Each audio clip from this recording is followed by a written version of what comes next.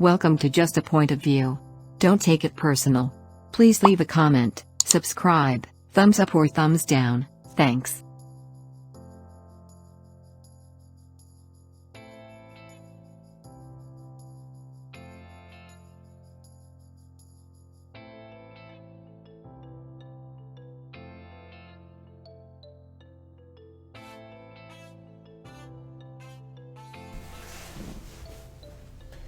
Welcome to another session of Just a Point of View, a message from the streets. Remember to do your homework. This is part 3 of a short series that I've been speaking on, why people are leaving the church. And let's go right into it. Short recap. We spoke on recently, people was leaving the church on account of profits for profits. Some people are leaving because they see the hypocrisy that's going on, by people in high positions of the church, whole congregations practicing white nationalism.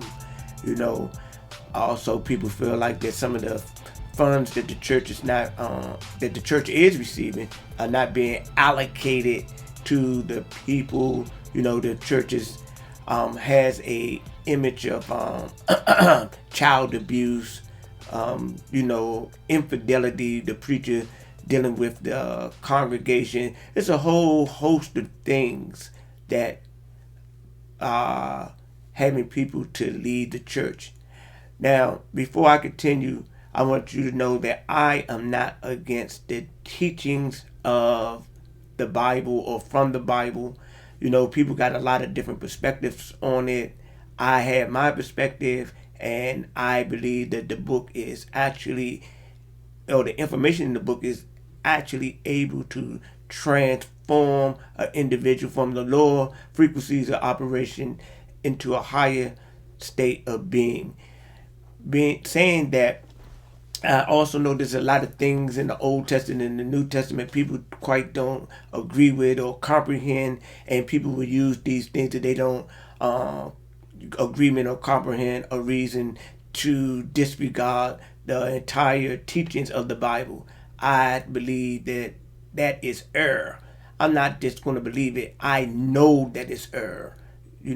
But moving forward, today we're going to speak on some the issues that I haven't spoken on before.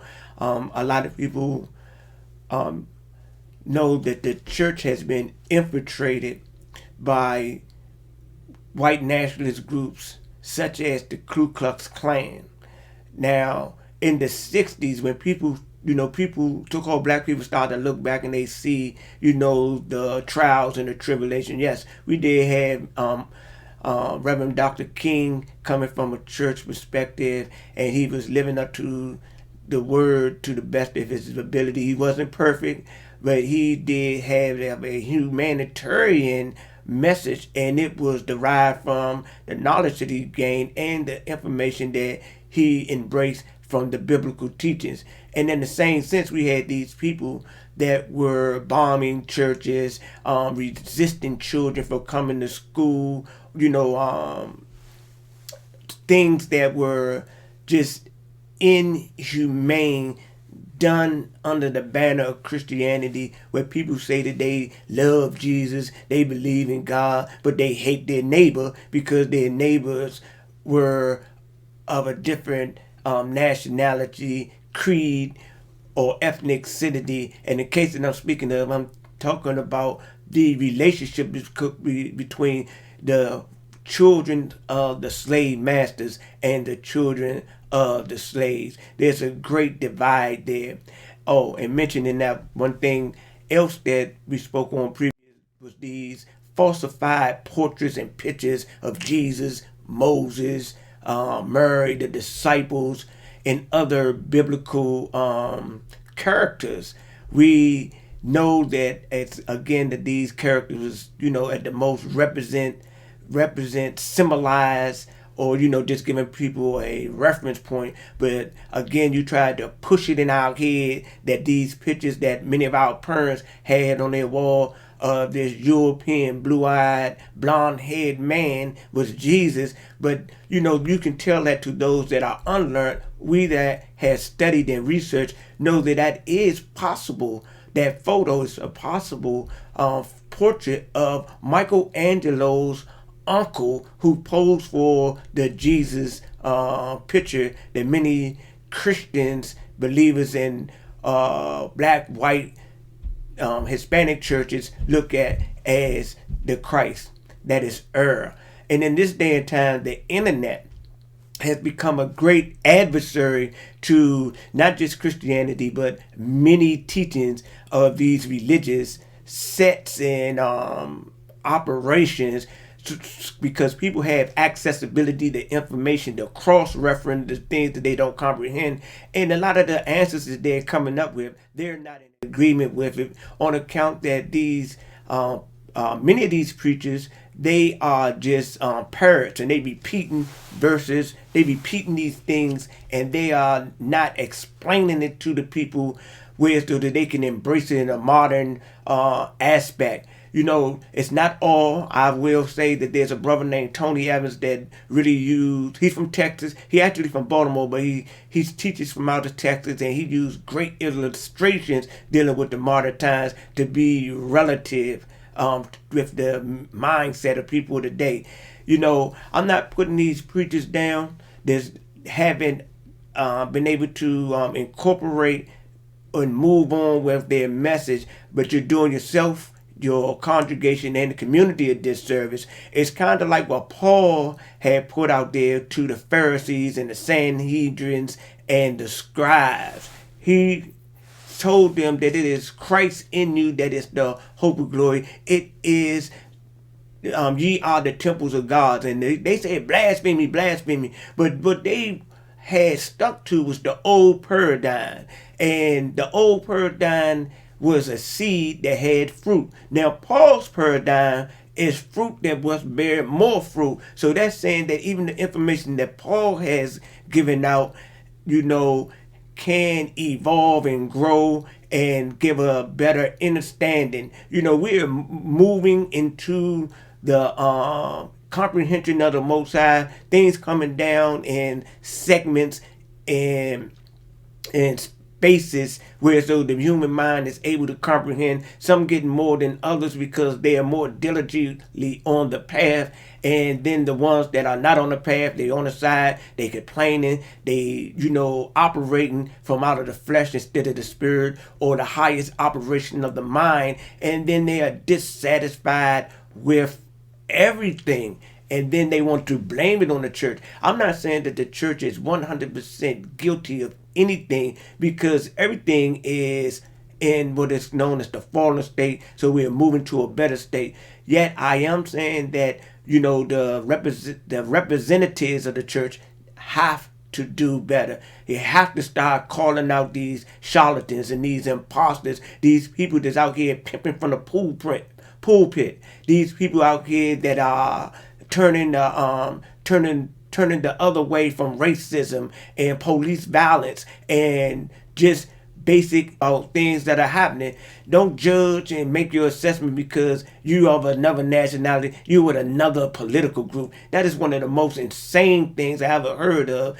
People saying that they believe this way or that way in the faith, but they let their politics ride over their faith. And what that is idolatry. And what idolatry is another form of adultery. So the Bible and the teachings of the from the church or the Helios Biblos is not what you're going off of. You're going off the Constitution. You're going off of white nationalists. You're going off of so-called black nationalists. Whatever your point of view is, that other than the teachings that has given you a highest perspective of comprehending, you're going off of that. That's it. It's idolatry, and then idolatry turns into adultery. And the church is committing adultery in 2021 from the residue of their political stance in 2020. Not all churches. You know who I'm talking about, and you know who I'm talking to when I'm making these references, because we have seen them spotlighted on the television,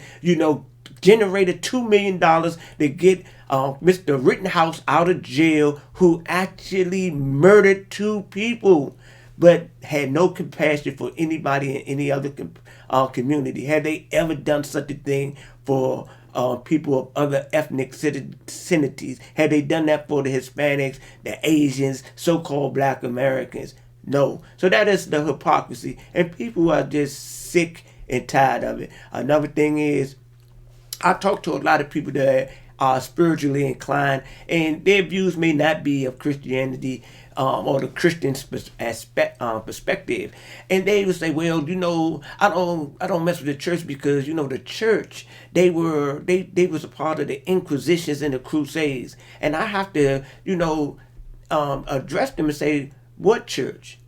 I said, what you're talking about is Catholicism under the direction of the Pope, who says that he is the vicar, saying he's the Christ on earth, saying to come to him and he'll take your prayers or your petitions to God. Well, you can make your comprehension of what that business is about. But let me tell you this, those people that follow the teachings of the book, from Yahshua, HaMashiach, Jesus the Christ, Isa, Isu, Jesus, never did such a thing as what was committed in the name of Christianity or religion under the Catholic banner with the Crusades and the Inquisitions. Why I say that? The true followers, they didn't do that because they know what the teacher said. The master teacher said, "Hey, man, go to this city or that place and that place. Give them your peace. If they accept you, bless them. If they reject you,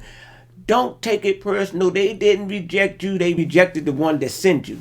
And in that aspect, the true believers haven't taken up arms, haven't given people an option of the cross or the sword, or they haven't given people the option of making some type of agreement and acknowledgement, or your head gonna get chopped off in other systems. So this forced type of belief system, when people look on past in the history of the church, it makes people sick, it makes people upset.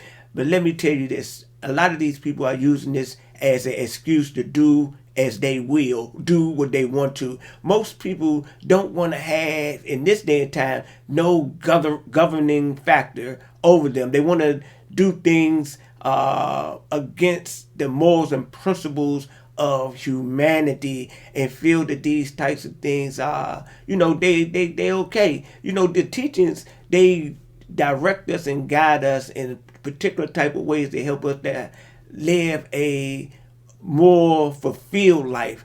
No, everybody is not going to have paradise right now, right here, but you will have your internal paradise, which is what you need for the next level of operation, the transition. Because what you take was in you to the next level, that's what's going to meet you on the other side. Some people say, "Man, it ain't nothing over there. We just apes that evolved, so forth and so on." And that's cool.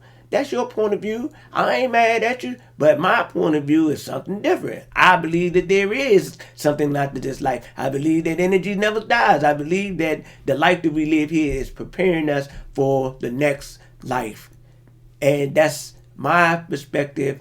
Ladies and gentlemen, it's just so much that can be talked about on why people are leaving the church. I'm just giving you, again, a point of view. I'm no learned person in religion, no so forth and so on. I did a little reading here and there. I know about a teardrop in the ocean far information. I'm a student in this university, yet I can, present information that I've seen, researched, and shared with you to help you get a different perspective. At the end of the day, each man and each woman got to do what's right for them. What's right for me may not be right for you, and what's right for you may not be right for me. But we can come to an agreement to agree to disagree with one another and continue on as civilized people. One thing that I would highly suggest, if you got hatred in your heart for anything, get it up out of there. Do your best to purge your heart from hatred, especially against other human beings. Because when you forgive others, you're forgiving yourself. When you hold that hatred in it, it's a sickness. It's going to kill you. You're going to poison your children. They're going to poison their children, and so forth and so on. Ladies and gentlemen, thanks for viewing Just a Point of View. Another message from the streets. I bring you this message in love, and I leave you this message in peace. Peace.